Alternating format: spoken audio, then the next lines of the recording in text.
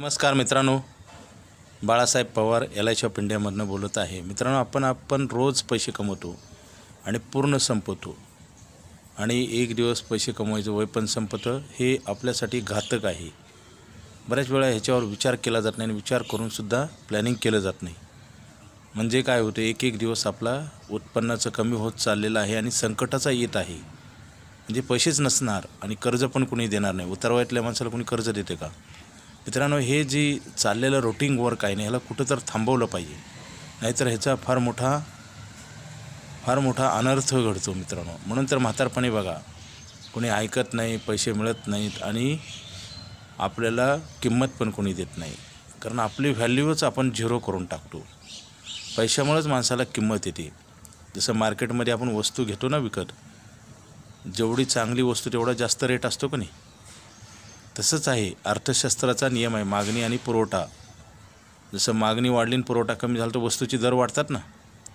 म्हणूनच माणसाच्या जीवनामध्ये जेव्हा माणूस पैसे कमवायला लागतो तेव्हा त्याला महत्त्व प्राप्त होतो आणि पैसे कमवायचं संपलं की त्याचं महत्त्व ऑटोमॅटिक कमी होतं.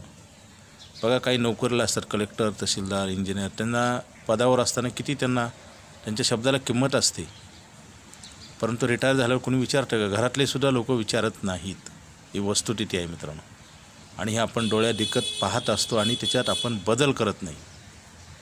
बदल केल्याशिवाय तुम्हाला काहीही मिळणार नाही. जसं पाण्यामध्ये आपण उडी मारली आणि हातपाय नाही हलवले तर आपण बुडणार आणि डेथ होणार. तसंच आहे. आज बघा, आपल्या भारतामध्ये पेन्शन आता कुणालाच नाही. सरकारी नोकरीतसुद्धा पेन्शन नाही आणि पैसे पण ठेवत नाहीत. खर्च धूमधडाक्यात चालू आहे मित्रांनो.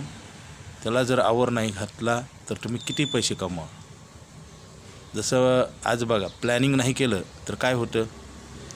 जसं रेमंडचा मालक सिंगानिया, ॲक्टर AK हंगल, विनोद कांबळी, आज जे ह्या मोठ्या मोठ्या लोकांना आज किती प्रॉब्लेम आहेत.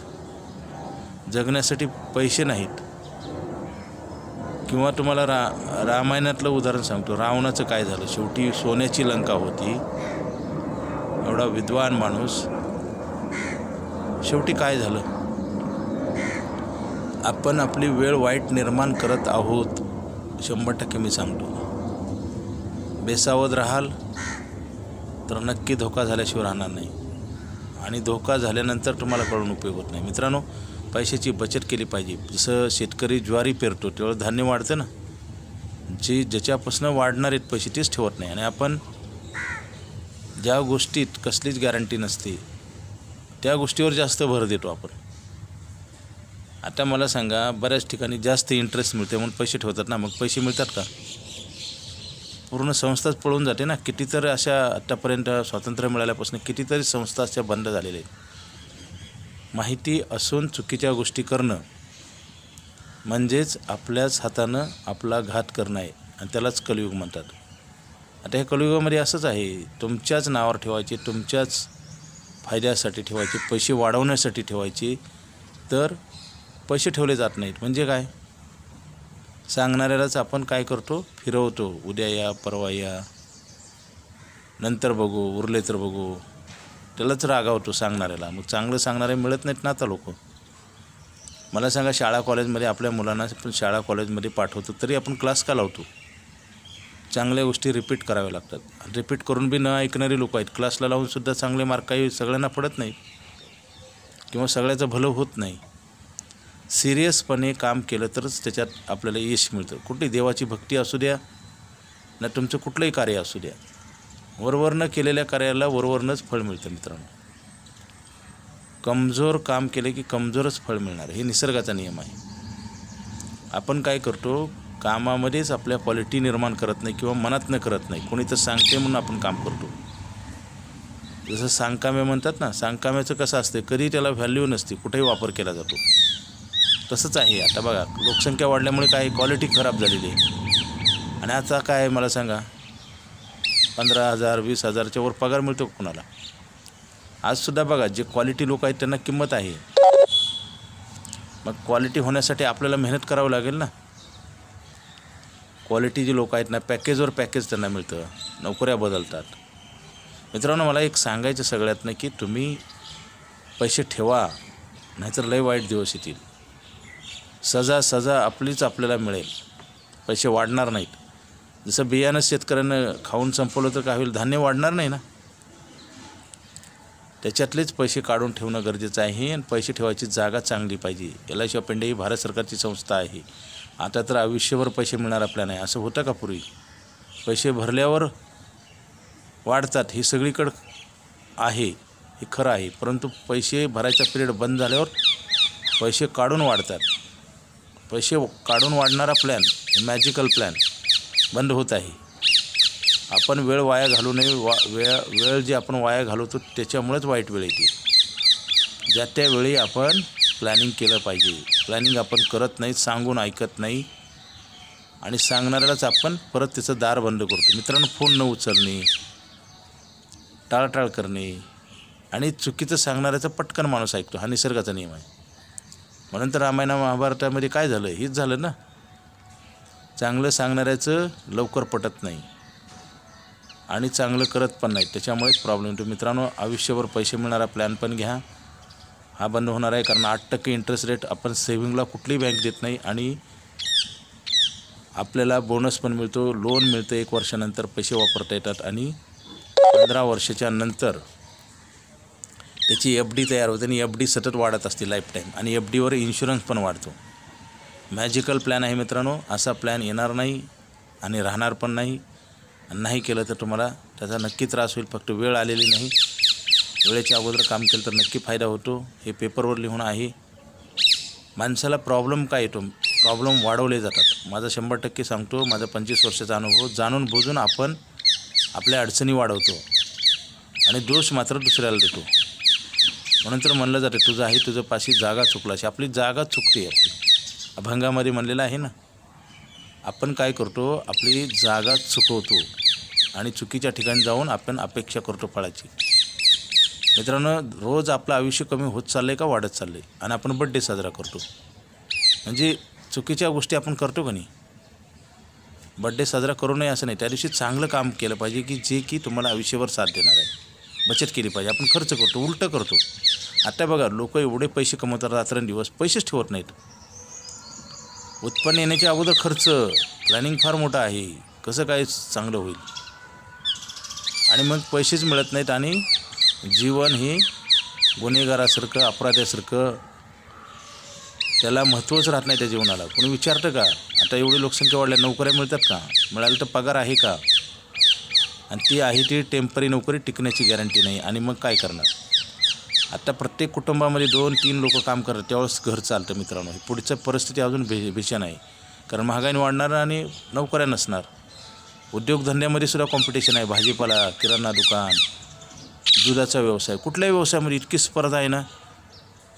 मी सांगितलं ना, 1 कस्टमर आणि 4 विक्रेते असे प्रकार चालू आहे. एका गिरायकाच्या मागं 4 विक्रेते मागं लागतात. म्हणजे विक्रेत्याची संख्या वाढलेली आहे लोकसंख्येमुळे. कुठलाही व्यवसाय कोणी करतो. जसं रिक्षा बघा, तर रिक्षाला चांगली कमाई होती, आता आहे का? हे असं सगळं घडत चाललं आहे आणि आपण डोळ्यांनी पाहतोय आणि प्लॅनिंग करत नाही. मित्रांनो, घात होणार. 100% प्रॉब्लेम येणार आणि प्रॉब्लेम आल्यावर तुमचा कुणी सोडवणार नाही. कारण तुम्हीच ते प्रॉब्लेम निर्माण केला आहे, तर तुम्हालाच सोडावं लागेल.